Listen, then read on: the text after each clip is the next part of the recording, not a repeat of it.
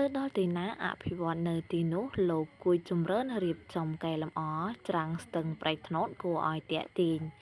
អភិបាលខេត្តកណ្ដាលលោកគួយជំរឿនបានដឹកនាំមន្ត្រីជំនាញពាក់ព័ន្ធនិងមន្ត្រីបញ្ចេកទេសចុះពិនិត្យវឌ្ឍនភាពដំណើរការសាងសង់កែលម្អច្រាំងស្ទឹងប្រៃថ្នោតក្នុងសង្កាត់តាខ្មៅក្រុងតាខ្មៅកាលរសៀលថ្ងៃទី8ខែមករាឆ្នាំ2026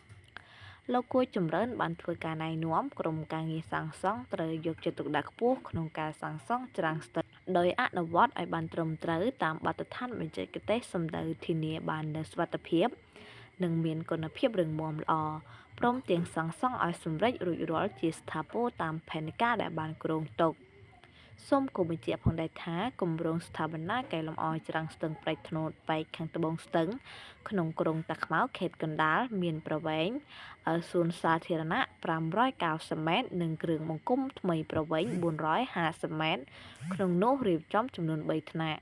បើតាមរដ្ឋបាលខេត្តកណ្ដាលគម្រោងនេះគ្រោងនឹងបញ្ចប់ការសាងសង់100%នៅចុងឆ្នាំ2026ខាងមុខនេះ